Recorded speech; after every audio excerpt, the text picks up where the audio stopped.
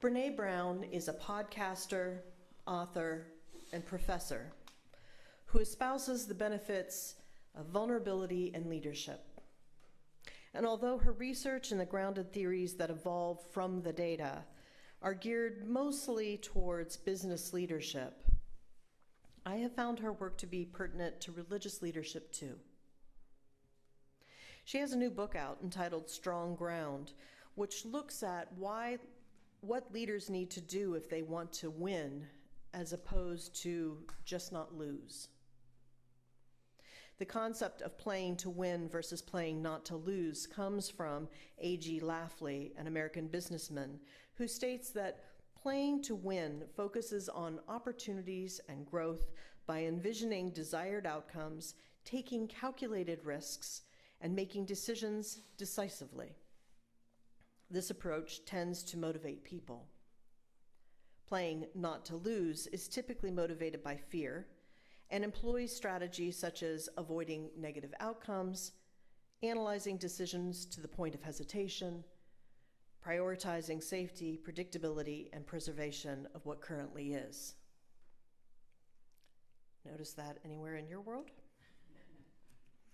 It also tends to suck the joy out of whatever you're talking about. When I look at how the left is working to countermand the right morally, politically, ethically, I feel like we're stuck in a game in which we're just trying not to lose. So I thought it might be worth our while to look at some of the strategies that Brené Brown suggests that we engage to win. Now, the book is chock-a-block full of strategies that empower the mindsets needed to pursue the win. So I recommend it and her podcasts to you. I found the materials really dense, requiring focused time and attention. And because she uses grounded theory research, where the strategies she conveys comes out of the data rather than having a strategy and checking to see if it works, these ideas are already field tested. So I think the book is really worth engaging seriously. I heard about the first strategy that I want to tell you about on a podcast where Dr. Brown was engaging questions from listeners about the book. Somebody asked this question: what one mindset shift do you think that leaders overlook when facing complex challenges?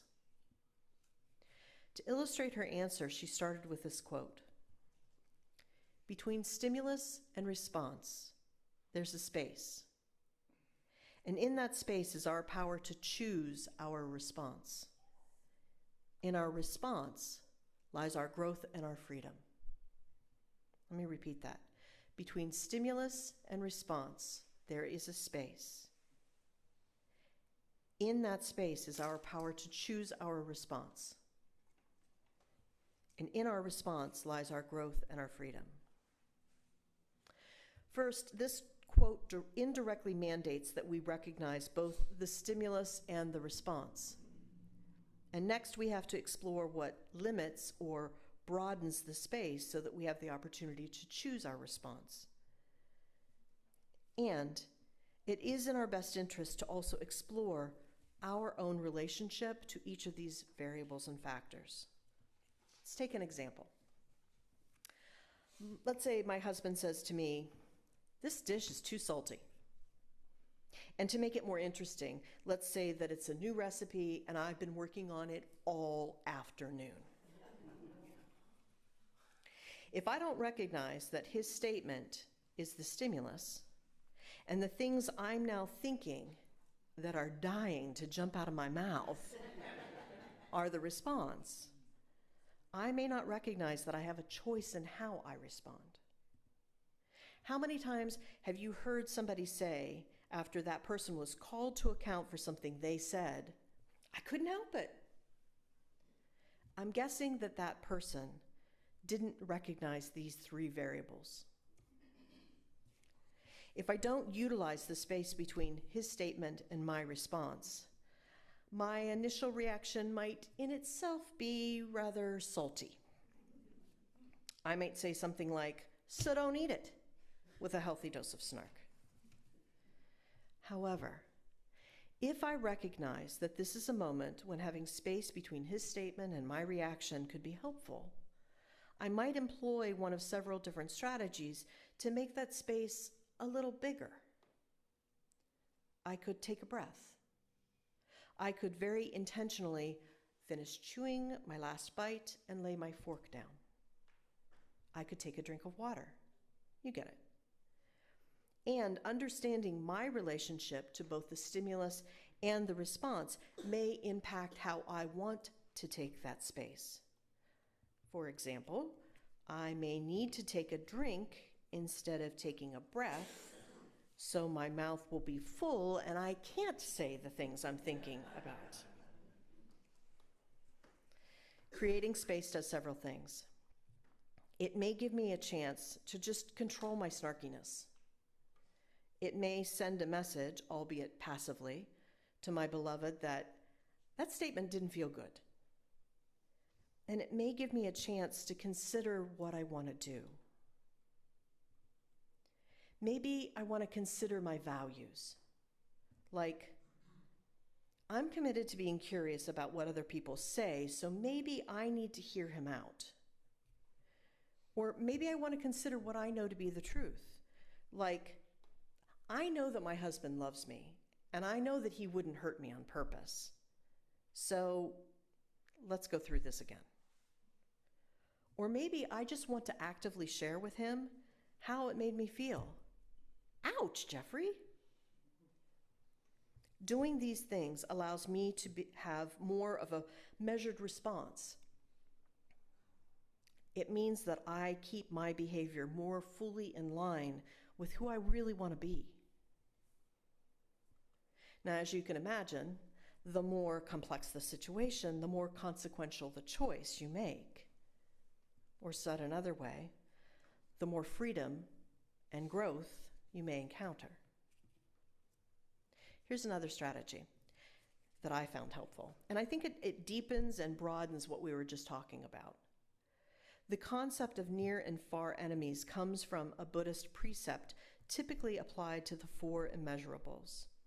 Brené Brown uses this concept with values to good effect.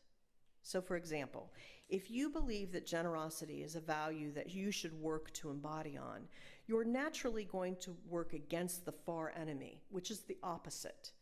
In this case, it might be stinginess or selfishness.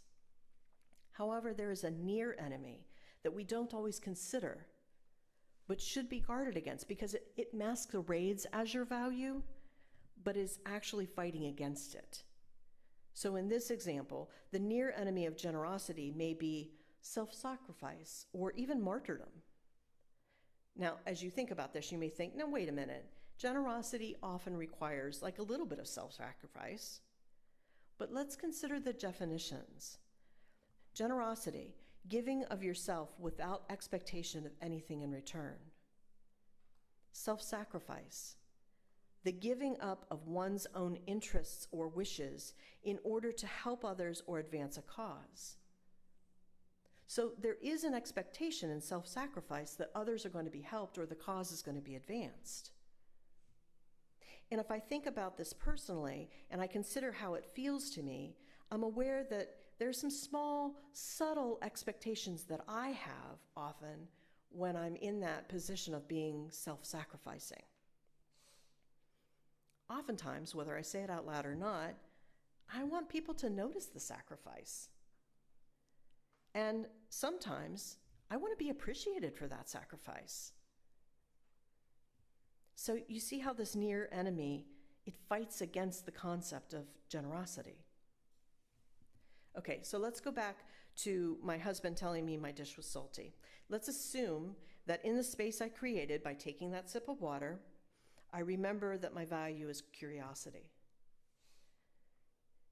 Now, I know for me the far enemy of curiosity is disinterest. I don't care what he has to say. But clearly that's not at play because otherwise I wouldn't be feeling so triggered. So let's consider the near enemy to curiosity to see what I have to sidestep with that one. The near enemy might be attachment. I'm curious about his opinion as long as it's one I like.